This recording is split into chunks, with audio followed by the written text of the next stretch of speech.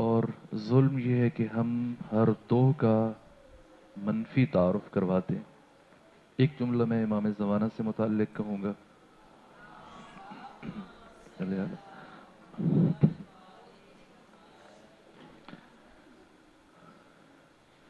اور اس جملے سے پہلے ایک حدیث ہے رسول اللہ کی، فرماتے ہیں کہ من مات ولم یعرف امام زمانے ہی مات میتتن جاہلیہ.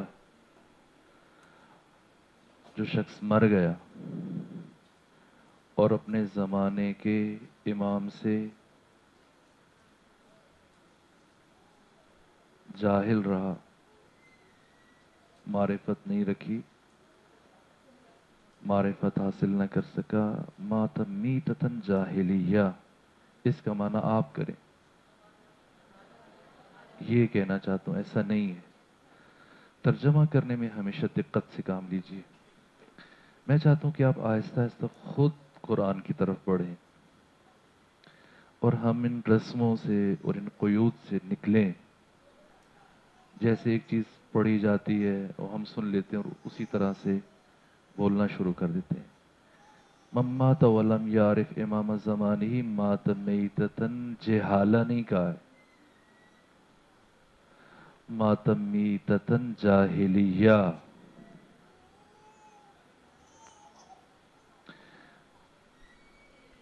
ہاں، یہ زمین آسمان کا فرق ہے. جاہل کے لیے گنجائش ہے اگر وہ قاصر ہے. جاہل مقصر کے لیے تو کوئی گنجائش نہیں ہے، لیکن جاہل قاصر کے لیے گنجائش ہے. لیکن رسول اسلام یہ نہیں فرما رہے کہ جو شخص مر گیا اور زمانے کے امام کی معرفت حاصل نہ کر سکا وہ جہالت کی موت مرا ہے. ہاں، فرمایا وہ جاہلیت کی موت مرا ہے. جاہلیت یعنی اسلام سے پہلے کی موت مرا ہے، کفر کی موت مرا ہے. یہ بات امام زمانہ کے لیے بھی ہے اور یہ بات قرآن کے لیے بھی ہے. قرآن اور امام زمانہ ان دو حقیقتوں میں وحدت ہے، ہر اعتبار سے وحدت ہے.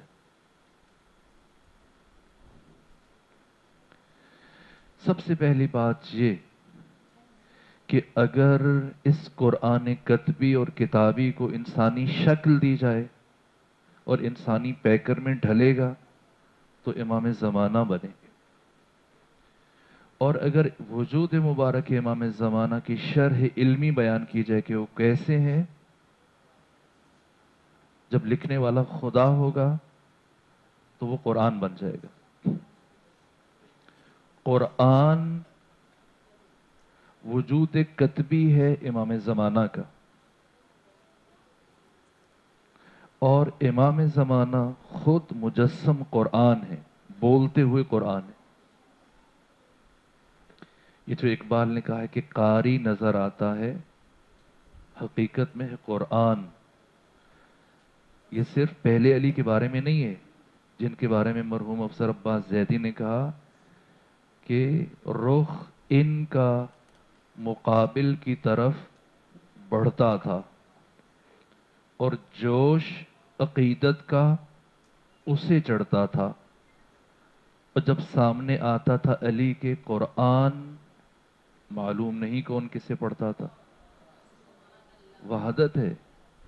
حقیقت ایک ہے، نسخے دو ہیں. ایک نسخہ انفسی اور انسانی، ایک نسخہ کتبی و کتابی. دعوت ایک ہے، انداز ایک ہے، فکر ایک ہے، روش ایک ہے. لیکن ہماری بدقسمتی ہے کہ ہم قرآن انفسی سے بھی دور ہیں، قرآن کتابی سے بھی دور ہیں. اور ہر دو کا ایک منفی تعارف. خود امام زمانہ کی مظلومیت یہ ہے کہ سال کا ایک دن ہم نے رکھا ہے ان سے متعلق گفتگو کے لیے، اور اس دن کیا تعارف پیش کرتے ہیں دنیا کو. ایک طرف جب بات شروع کرتے ہیں تو کہتے ہیں کہ ہمارا امام منجی عالم بشریت ہے. پوری انسانیت کو نجات دینے والا ہے، پوری بشریت کا مشکل کشا ہے۔ اور دوسری طرف ہمارے یہاں جو کتابیں لکھی جاتی ہیں یا جو ہم بولتے ہیں، ایک کتاب عجیب یہ تھا کہ وہ ایران میں لکھی گئی، پھر پاکستان میں ترجمہ ہوئی، پھر اس کے مسلسل ایڈیشن آ رہے ہیں جزیرہ خضرا کے نام سے۔ دیکھیے آپ کی نظر سے گزری، یہ تعارف دیتے ہیں ہم امامت کا اور قرآن کا۔ اس میں یہ تصور دیا گیا اس کتاب میں کہ یہ جزیرہ خضرا ایک ٹرائنگل ہے، بحر اطلس، بحر اوقیانوس اور یہ جزیرہ برموڈا، یہ ان کی سینٹر میں ایک ٹرائنگل ہے۔ یہ وہ جگہ ہے کہ جہاں سے کوئی بحری جہاز نہیں گزر سکتا اور نہ ہی کوئی ہوائی جہاز اوپر سے گزر سکتا ہے۔ ایسی باتیں سنی آپ نے کبھی؟ پڑھی ہوئی ہیں؟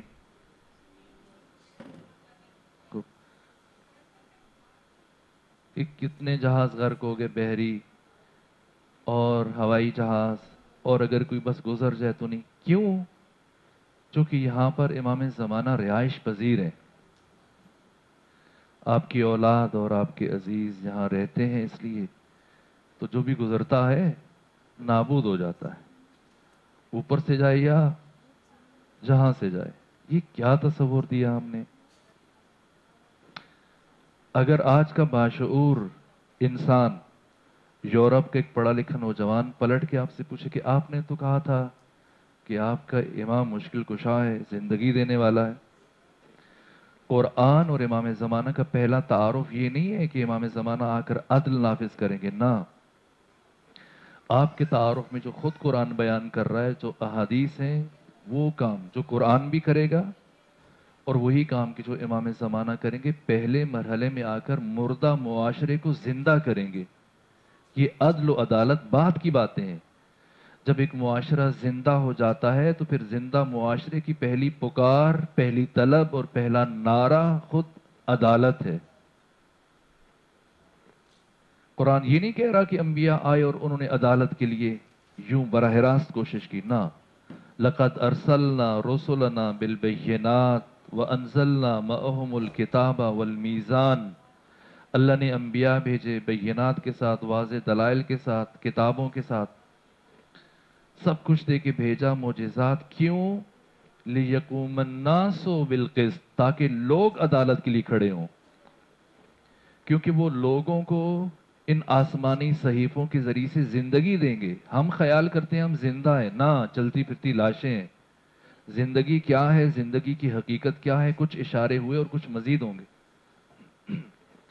جس طرح سے قرآن پہلے مرحلے میں آ کر ایک مردہ معاشرے کو زندہ کرتا ہے، اسی طرح سے امام زمانہ آ کر پہلا کام یہ کریں گے، ایک مردہ بے روح اور بے جان سوسائٹی کو، معاشرے کو زندہ کریں گے۔ یہ تعارف کہ اگر کوئی گزر جائے گا تو ہلاک ہو جائے گا چونکہ وہاں امام بستے ہیں، یہ قرآنی تصور نہیں ہے، یہ قرآنی عقیدہ مہدویت نہیں ہے، یہ ہم نے اپنے کلچر سے لیا ہے، اپنی فرہنگ اور اپنے ثقافت سے، اپنے شہروں اور دیہاتوں سے، سندھ اور پنجاب کے وڈیروں سے اور چودھریوں سے یہ تصور لیا کہ اگر ان کے گھر کے سامنے سے کوئی گزر جائے تو پکڑ کے ماریں گے۔ یہ کون سی امامت ہے؟ یہ قرآنی امامت نہیں ہے۔ اگر وہ پلٹ کے آپ سے پوچھے یورپ کا باشعور جوان کہ کیسے امام ہے کہ جو لوگوں کو ہلاک کرنے میں لگے ہوئے ہیں، ان کو ڈبونے میں لگے ہوئے ہیں، کیا جواب دیں گے؟ مظلومیت ہے۔ اس لیے پہلے مرحلے میں تدبر چاہیے، اور اگر ہم خالصانہ قرآن کی خدمت میں حاضر ہونا چاہتے ہیں تو سب سے پہلا کام بت شکنی ہے۔ بت توڑ دیں جو ملا سے، سوسائٹی سے، سماج سے، معاشرے سے، ادھر ادھر سے ہم نے اپنے اندر جو کچرا بھرا ہے، سب کو نکال دیجیے۔ ایک شاگرد اپنے استاد کے ہاں گیا سیکھنے کے لیے، بہت شہرت تھی اس استاد کی کہ یہ استاد انسان ساز ہے، انسان بناتا ہے، واقعاً استاد ہے۔ اگرچہ یہ طالب علم ذہین تھا، اسکول میں، مدرسے میں، اور کافی جماعتیں پڑھ چکا تھا، لیکن اسے شوق ہوا کہ میں بھی جاؤں۔ لیکن جب گیا تو استاد نے عجیب کام کیا کہ اس شاگرد کو بچوں کی کلاس میں بٹھا دیا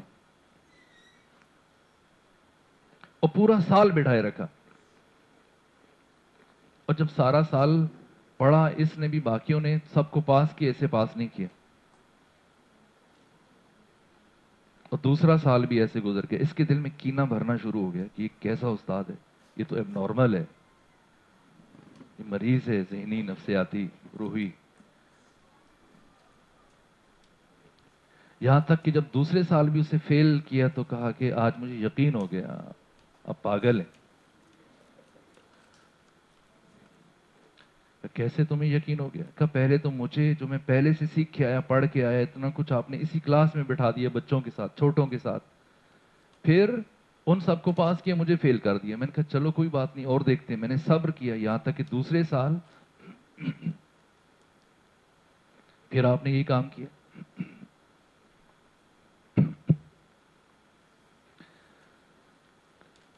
کہا اس لیے کہ ابھی تک آپ پڑھنے کے لائق نہیں بنے تھے.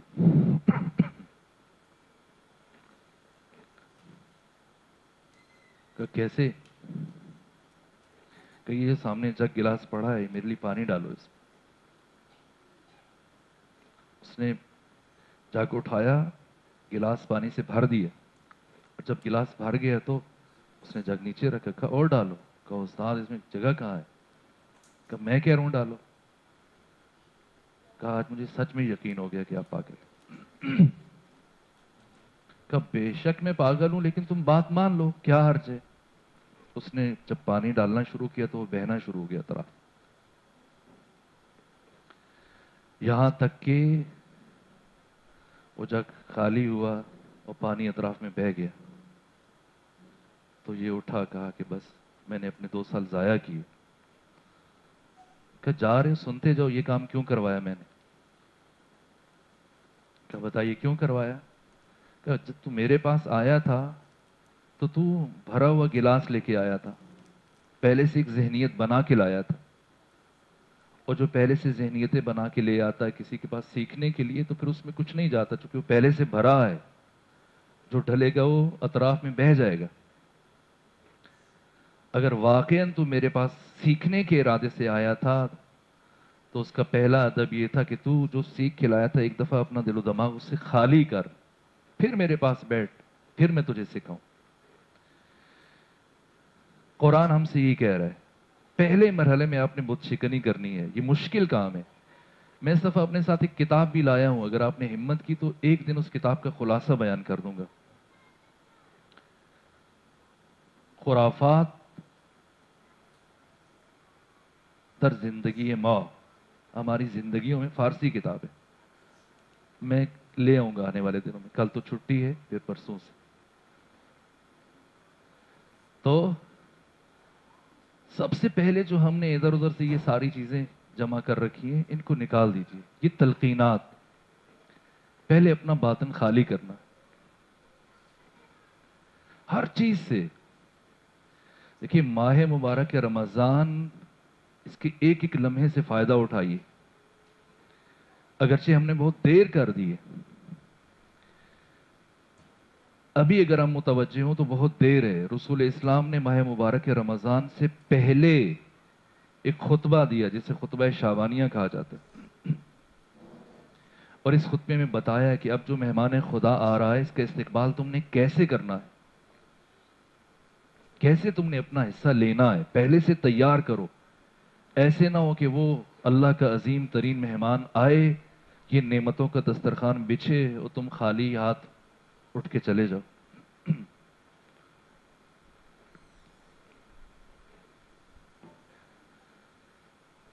ایک جملہ ہے مناجات شعبانیہ کا، اگرچہ اب مناجات شعبانیہ میرا موضوع نہیں ہے، لیکن ایک جملہ عرض کر دوں. جب میں نے بات کی، رسول اسلام اس مناجات میں کیا فرماتے ہیں؟ الہی حب لی کمال الانقطاع الیک. یہ مناجات شعبانیہ کا جملہ ہے. کیا کریں، جگہ خالی نہیں. دوسری طرف اگر آپ کہیں تو میں لکھ دیتا ہوں،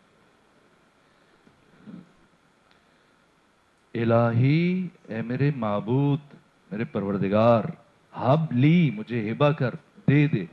کیا کیا مانگ رہے ہیں رسول اسلام ماہ رمضان سے پہلے؟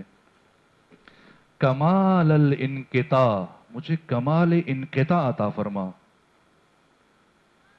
یعنی ساری مخلوق سے میرا پتہ کاٹ دے۔ یہ عجیب ہے، رسول اسلام کیوں یہ دعا مانگ رہے ہیں؟ کیوں اعتکاف کی اتنی زیادہ اہمیت ہے ماہ رمضان میں؟ 2 اشرے انسان روزے رکھے اس قابل ہو کہ اب آخری اشرے میں اعتکاف بیٹھے، کیوں پھر شب قدر میں انسان کو جاگنے کا حکم ہے؟ کیوں جاگے؟ آخر کیوں رسول اسلام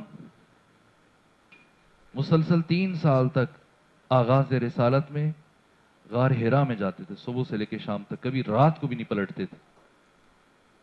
یہ کیا ہے؟ میں نے کہا پیغمبر یہ بات سمجھانے کے لیے جاتے تھے کہ دیکھو 2 چیزیں کبھی جمع نہیں ہو سکتی ہیں، آگ اور پانی، کہ یہ تو سب کو پتا ہے۔ میں نے کہا رسول اسلام یہ بتانے جاتے تھے کہ جیسے آگ اور پانی جمع نہیں ہو سکتے، اسی طرح سے تعلق اور تعقل، یہ 2 چیزیں کبھی جمع نہیں ہو سکتی۔ تعلق اور تعقل، بس لفظوں کی حرفوں کی ہیرا پھیری، کچھ آگے پیچھے کریں گے۔ تعقل یعنی غور و فکر، تعلق یہی تعلقات، یہ 2 چیزیں جمع نہیں ہو سکتی۔ تعلق کے لیے تجرد چاہیے، تجرد، تخلیہ۔ بات کو اور سادہ کیا جائے تو تفکر کے لیے غار ہیرا چاہیے۔ مولا روم کہتے ہیں کہ اکثر جب کبھی ہم آئینے کے سامنے کھڑے ہوتے ہیں تو ہم خود کو دیکھنا شروع کرتے ہیں اور اپنے بارے میں سوچنا شروع ہو جاتے ہیں، اور ہم سمجھ رہے ہوتے ہیں کہ ابھی ہم خود سے مل رہے ہیں۔ لیکن ایسا نہیں ہوتا۔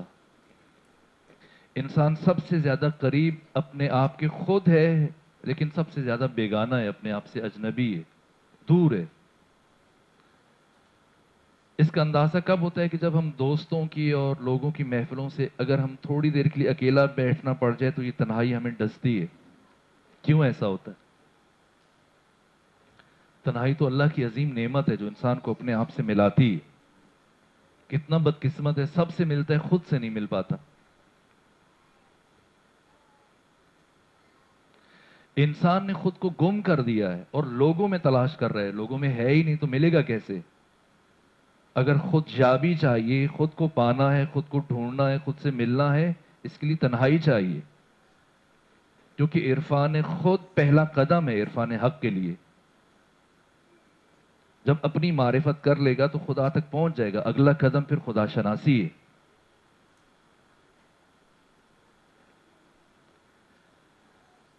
اس خیال کو جو میں نے ابھی عرض کیا، تعقل اور تعلق کبھی جمع نہیں ہو سکتے۔ تعقل غور و فکر کے لیے تجرد چاہیے، غور و فکر کے لیے غار ہیرا چاہیے۔ پیغمبر پر جو جبرائیل آئے وہ آئے، میں عرض کروں آپ خدمت میں، لاتا تھا میرے واسطے تصور کی آیتیں، میرا خیال میرے لیے جبرائیل تھا۔ خلوتوں میں بھی جبرائیل آتا ہے۔ یہ واٹس ایپ، یہ فیس بک، یہ مس کالیں، یہ میسیجز جب سب چلے جاتے ہیں پھر قرآن کھلتا ہے۔ جب تک ٹی وی چلتا ہے تب تک قرآن نہیں کھلتا ہے۔ الہی حبلی کمال الانقطاع الیک، پروردگار تو مجھے کمال انقطاع عطا فرما۔ کبھی بھی آپ فکر دیکھیے، ہم سمجھتے ہیں ہم فکر کر رہے ہیں، کوئی بیٹھا ہو تو آپ کہتے ہیں کس فکر میں؟ وہ فکر میں نہیں ہوتا، خیال میں ہوتا ہے۔ خیال الگ ہے، میں نے شروع میں بیان کر دیا، وہ چیز ضروری تھی اس لیے میں نے لکھی، ہمیں قدم قدم پہ کام آئے گی۔ علم حسی، علم خیالی، علم وہمی، علم عقلی۔ ہم لوگ خیال کو بھی فکر کہتے ہیں، خیال کا انسان سے تعلق نہیں ہے، براہ راست فکر انسان ساز ہے۔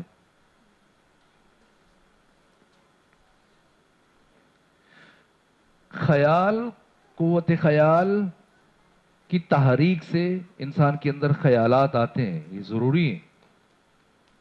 البتہ خود مالی خولیہ ایک بیماری بھی ہے. جو لوگ ہمیشہ خیالات کی دنیا میں رہتے ہیں، درس چل رہا ہوتا ہے، استاد کی زبان ہل رہی ہوتی ہے، سب کچھ وہ دیکھ رہے ہیں، سن رہے ہیں، آواز کانوں سے ٹکرا رہی ہے، لیکن وہ بہت دور ہیں. یہ معاشرے کے، سماج کے ناکام افراد ہوتے ہیں. ایک بیماری ہے نفسیاتی اعتبار سے، کیونکہ یہ حقیقت کی دنیا میں اپنی شخصیت اور حیثیت کا لوہا نہیں منوا سکتے. تو خیالات کی دنیا بہت لذیذ ہوتی ہے، اس میں مرضی آپ بادشاہ بن جائیں، اس میں مرضی آپ پروفیسر بن جائیں، اس میں مرضی آپ ٹی وی اینکر بن جائیں، جو جی چاہتا ہے بنے. آپ کچھ بھی کہہ رہے ہیں، آپ کی رعایا سن رہی ہے، کوئی روک ٹوک نہیں ہے. حقیقت میں بہت مشکل ہے. یہ خیالات، مرحوم ملا صدرہ نے 2 کتابیں لکھی ہیں، ایک شواہد الربوبیہ، ایک مفاتیح الغیب، کہ قرآن پڑھنے سے پہلے آداب قرآن یہ سیکھو تاکہ قرآن سمجھ میں آئے.